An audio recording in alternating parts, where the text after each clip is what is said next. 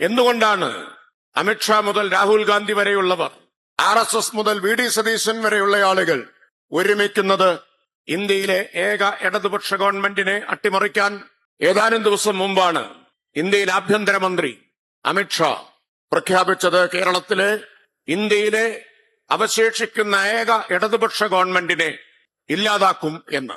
അപ്പൊ ഇന്ത്യയിലെ ഏക ഇടതുപക്ഷ ഗവൺമെന്റിനെ ഇല്ലാതാക്കുക എന്നത് അമിത്ഷായുടെയും BJPയുടെയും RSSന്റെയും ഒപ്പം നേരത്തെ സഖാവ് വിജയരാഘവൻ പറഞ്ഞതുപോലെ കോൺഗ്രസ് ഉൾപ്പെടെയുള്ള എല്ലാ വലതുപക്ഷത്തിന്റെയും പൊതുലക്ഷ്യമാണ്.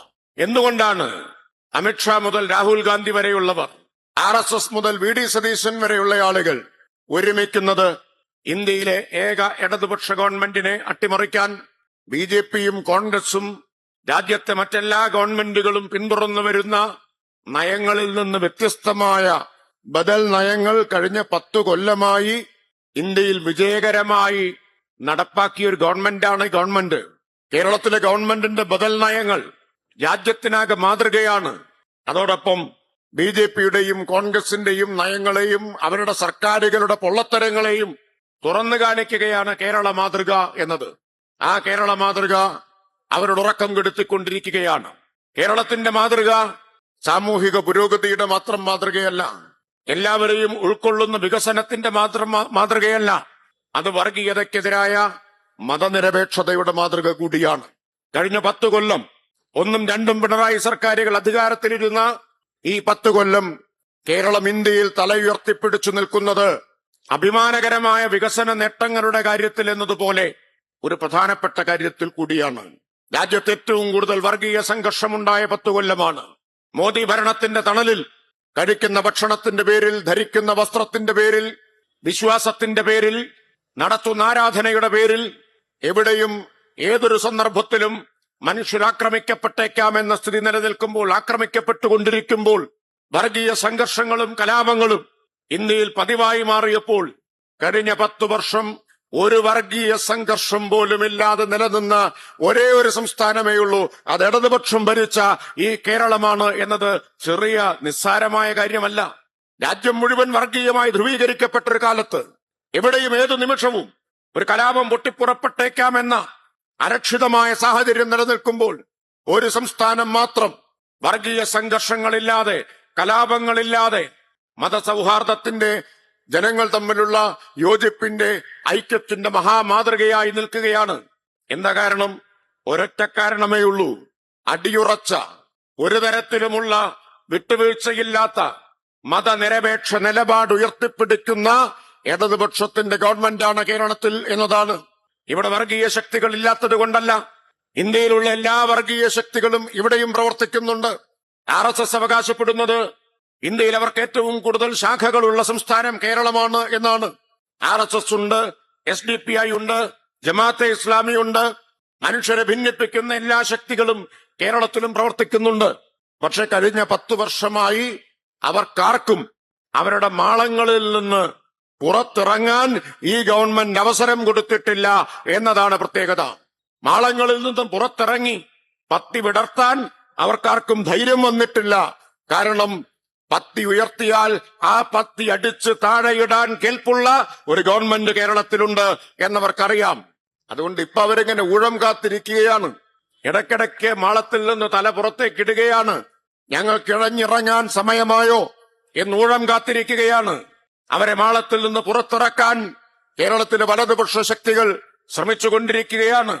ഒരേ സമയം കേരളത്തിന്റെ പ്രതിപക്ഷ നേതാവ് RSSന്റെ ആചാര്യൻ ഗോൾവാൾക്കറുടെ ചിത്രത്തിന്റെ മുമ്പിൽ പോയി നിലവിളക്ക് തെളിയിച്ച് വണങ്ങി ആദരവ് പ്രകടിപ്പിക്കുന്നതും, അതേസമയം തന്നെ മതരാഷ്ട്രവാദികളായിട്ടുള്ള ജമാഅത്തെ ഇസ്ലാമിക്ക് നല്ല സർട്ടിഫിക്കറ്റ് കൊടുക്കുന്നതും നമ്മൾ കാണുകയാണ്. എന്താ ലക്ഷ്യം? എല്ലാ വർഗീയ ശക്തികളെയും ഒരുമിപ്പിക്കുക. ആർക്കെതിരെ? ഇടതുപക്ഷത്തിനെതിരെ. അപ്പോ ഇവരെയെല്ലാം ഒരുമിപ്പിക്കാനാണ് ശ്രമിക്കുന്നത്. എന്തായിരിക്കും പ്രത്യാഘാതം? ഈ വർഗീയ ശക്തികളെയെല്ലാം ഒരുമിപ്പിച്ചു കഴിഞ്ഞാൽ, UDFന്റെ നേതൃത്വത്തിൽ ഈ വർഗീയ ശക്തികളെ മുഴുവൻ അണിനിരത്തിക്കഴിഞ്ഞാൽ എന്തായിരിക്കും അനുഭവം? കേരളത്തിന്റെ അനുഭവമുണ്ട്.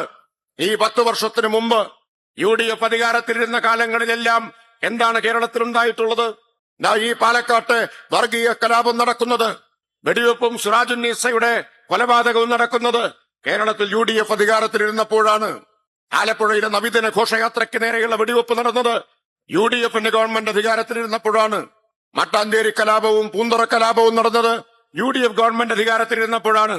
1970കളുടെ തുടക്കത്തിൽ തലശ്ശേരി കലാപം നടന്നത് കോൺഗ്രസ് നേതൃത്വത്തിലുള്ള ഗവൺമെന്റ് അധികാരത്തിലിരുന്നപ്പോഴാണ്.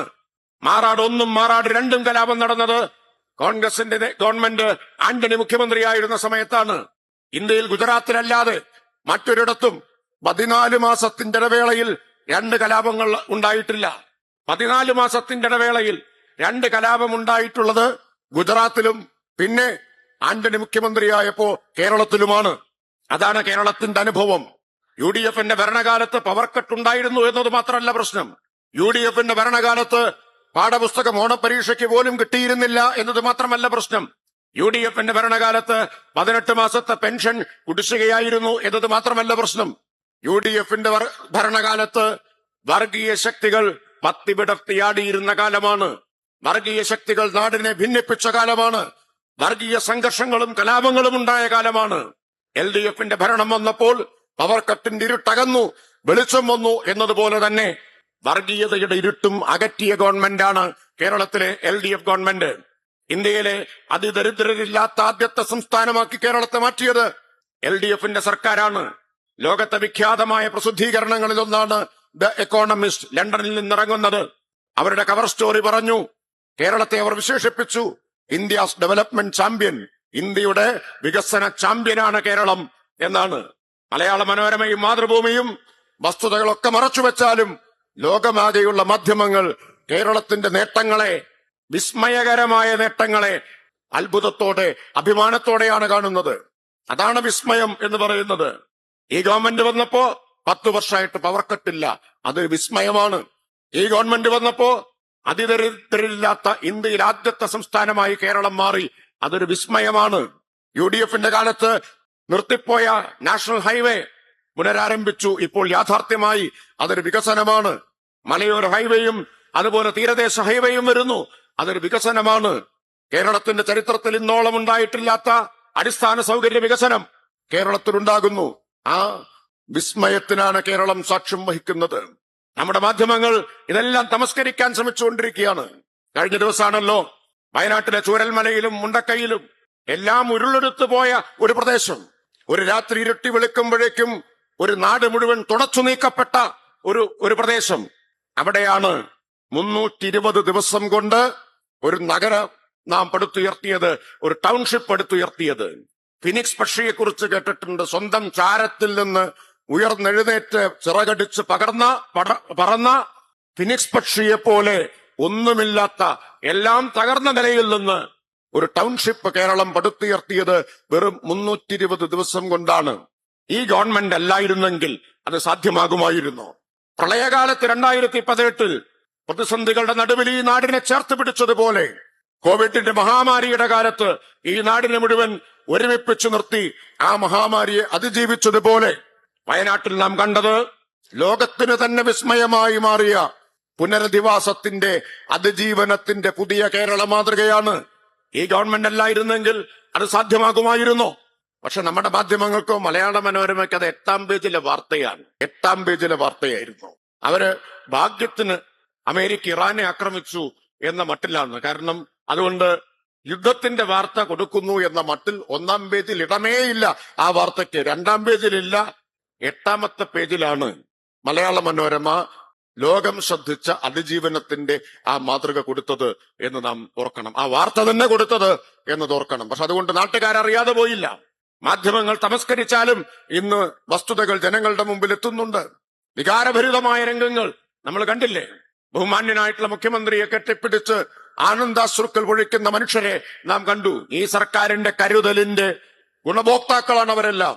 മോദി വന്നു, നൈസാമോൾ എന്ന് പറയുന്ന ഒരു 3 വയസ്സുള്ള പെൺകുട്ടിയെ എടുത്ത് ഫോട്ടോ ഓപ്പിന് വേണ്ടി, ഫോട്ടോ എടുക്കുന്നതിന് വേണ്ടി മോഡി അഭിനയിച്ചു.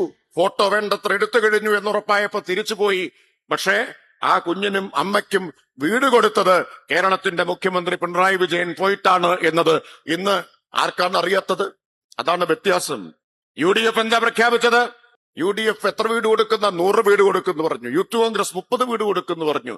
ഇന്നേ വരെ പണം പിരിച്ചതിന്റെ കണക്ക് പോലുമില്ല. ഒറ്റ വീട് പോലും വെച്ചു കൊടുത്തിട്ടില്ല. വയനാടിനെ പ്രതിനിധീകരിച്ച എം പിയാണ് രാഹുൽ ഗാന്ധി. ഇപ്പൊ പ്രതിനിധീകരിക്കുന്ന പ്രിയങ്ക ഗാന്ധി ചില്ലിക്കാശ് മുഖ്യമന്ത്രിയുടെ ദുരിതാശ്വാസ നിധിയിലേക്ക് അവർ കൊടുക്കാൻ കൂട്ടാക്കിയില്ല. ഇതാണ് UDFന്റെ സമീപനം എന്ന് നാം കാണണം. ആ UDFന് ഈ നാടിനെ നയിക്കാനാവുമോ? ജനങ്ങൾ ഇന്ന് തിരിച്ചറിയുകയാണ്. ഏത് പ്രതിസന്ധിയുടെ ഘട്ടത്തിലും ഈ നാടിനെ മുന്നോട്ട് നയിക്കാൻ കഴിയുന്നത് LDFന് മാത്രമാണ് എന്നത് കഴിഞ്ഞ 10 വർഷത്തെ അനുഭവങ്ങളുടെ, അതിനു മുമ്പുള്ള ഇടതുപക്ഷ സർക്കാരുകളുടെ അനുഭവത്തിന്റെ അടിസ്ഥാനത്തിൽ ആളുകൾ തിരിച്ചറിയുന്നുണ്ട്. അതുകൊണ്ട് ഇന്ത്യയിലെ ഏക ഇടതുപക്ഷ ഗവൺമെന്റിനെ വലതുപക്ഷത്തിന്റെ ആക്രമണത്തിൽ നിന്ന് രക്ഷിക്കാൻ വേണ്ടിയിട്ടുള്ള, ഇടതുപക്ഷ ഗവൺമെന്റിനെ കാത്തുസൂക്ഷിക്കാൻ വേണ്ടിയിട്ടുള്ള നിർണായക രാഷ്ട്രീയ സമരമാണ് വരാനിരിക്കുന്ന നിയമസഭാ തെരഞ്ഞെടുപ്പ്. ആ നിർണായകമായ രാഷ്ട്രീയ സമരത്തിൽ ഇടതുപക്ഷ ഗവൺമെന്റ് കേരളത്തിൽ അധികാരത്തിലേറുന്നതിന് എക്കാലത്തും ഏറ്റവും വലിയ സംഭാവന നൽകിയ ജില്ല ഈ പാലക്കാട് ജില്ലയാണ്. ഏത് കാലത്തും LDF സർക്കാർ വന്നിട്ടുണ്ടോ ഏറ്റവും വലിയ സംഭാവന പാലക്കാടിന്റേതാണ് ഉണ്ടായിട്ടുള്ളത്. ഇത്തവണ 12ൽ 10 സീറ്റുകൾ പാലക്കാട് ജില്ലയിൽ LDF ആണ് വിജയിച്ചിട്ടുള്ളത്. നമ്മുടെ മുമ്പിലുള്ള ലക്ഷ്യം അവശേഷിക്കുന്ന 2 സീറ്റ് കൂടി പിടിച്ചെടുക്കുക എന്നതാണ് ഈ തെരഞ്ഞെടുപ്പിലെ ലക്ഷ്യം. ആ രാഷ്ട്രീയ പോരാട്ടത്തിന്റെ ആസൂത്രണത്തിന്, ആ രാഷ്ട്രീയ പോരാട്ടത്തെ നയിക്കുന്നതിനുള്ള കേന്ദ്രമായിട്ടാണ് ഇന്ന് ഉദ്ഘാടനം ചെയ്യപ്പെട്ട കുഞ്ഞിരാമൻ മാസ്റ്റർ സ്മാരകം. അവിടുത്തെ ആദ്യത്തെ രാഷ്ട്രീയ ദൗത്യം ഈ പോരാട്ടത്തിൽ ഇടതുപക്ഷത്തിന് വിജയമുണ്ടാക്കി കൊടുക്കുക എന്നതാണ് എന്നുകൂടി പറഞ്ഞുകൊണ്ട് ഞാൻ അവസാനിപ്പിക്കുന്നു. അഭിവാദ്യങ്ങൾ.